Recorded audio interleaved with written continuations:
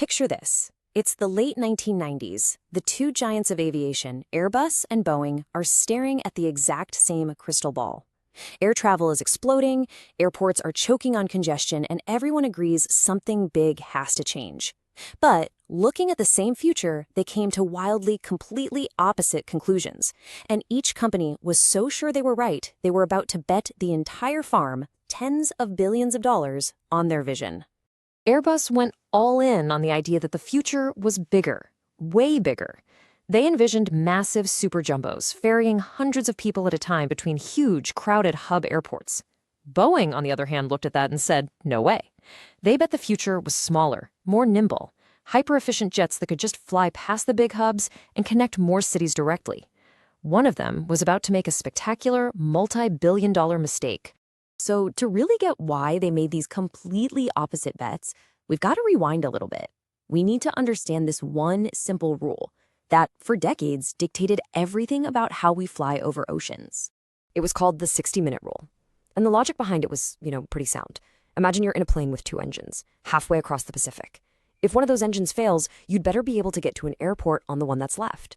So this rule meant that for decades, if you wanted to fly a long-haul route over water, your plane legally had to have 3 or even better 4 engines. It wasn't a preference, it was the law.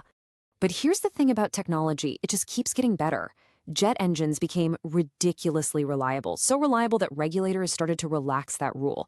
First, they said, okay, you can be 120 minutes away from an airport, then 180. Then it just kept going, all the way to 330 minutes and beyond.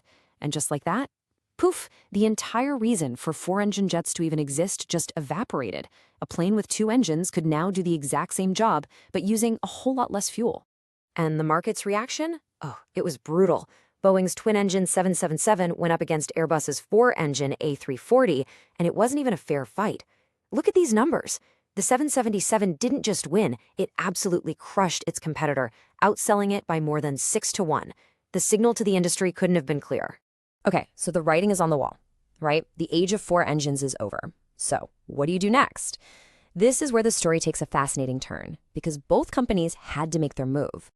And get this, before Airbus even built the A380, Boeing basically tried to do the exact same thing.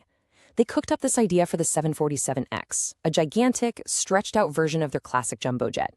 But when they took it to the airlines, the reaction was lukewarm.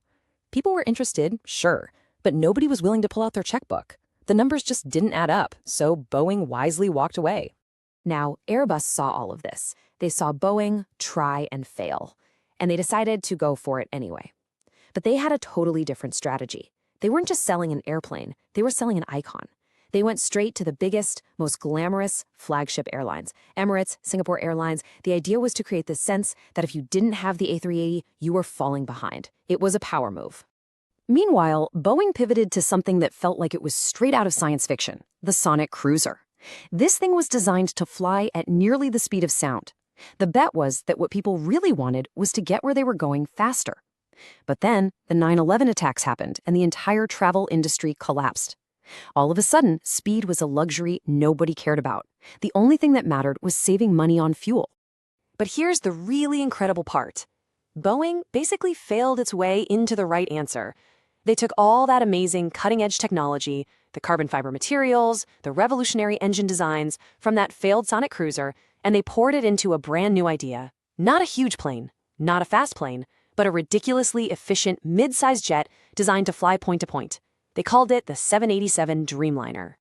So while Boeing was stumbling its way towards the future, Airbus's grand, beautiful vision for the A380 was about to slam headfirst into a very tangible, very expensive reality on the factory floor. I want you to think about this number for a second. 530 kilometers. That is how much incredibly complex wiring is crammed inside a single Airbus A380. Now, here's the problem. Different parts of the plane were being built in different factories in different countries, and when they finally brought all the pieces together in France for final assembly, the wiring from the German factory didn't fit into the fuselage from the French factory. Why? Because the design teams had used incompatible software. It was an absolute unmitigated disaster. The fallout from this was catastrophic. We're talking a 2-year delay in production. The cost to develop the plane more than doubled, soaring past 20 billion euros.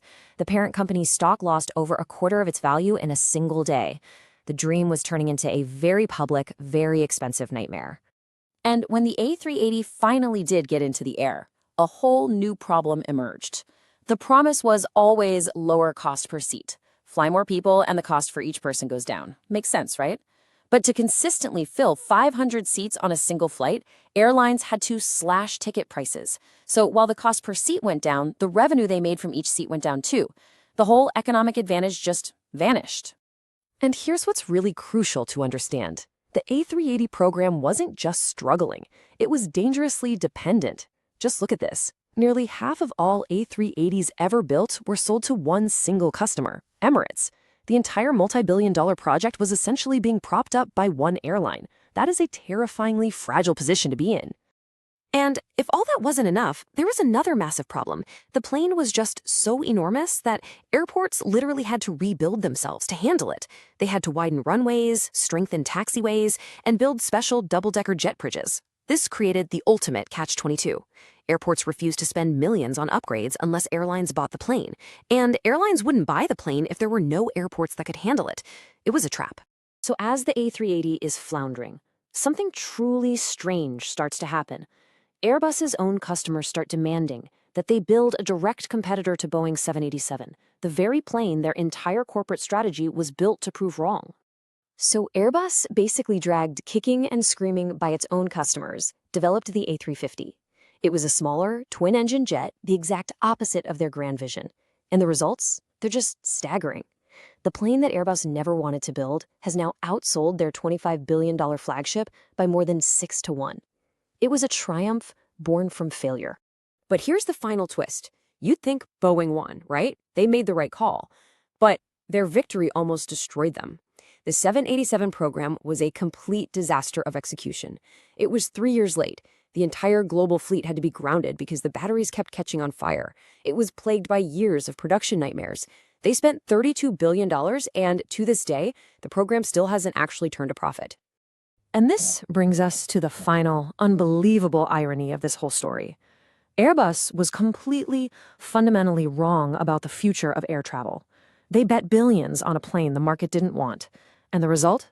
They survived, because they were saved by the very plane they were embarrassed into building. And Boeing? They were 100% right about the future. They built the perfect plane for the modern world. And in the process, they nearly bankrupted the entire company. You know, the funny thing is, the A380 was not a bad plane. In fact, passengers loved it. It was spacious, it was quiet, it was incredibly comfortable. It died not because it was flawed, but because the world it was built for just never quite arrived. And that leaves us with a really fascinating question to think about. What's the true measure of an airplane's success? Is it the profit margins and the order books, or is it the experience it creates for the people actually flying in it?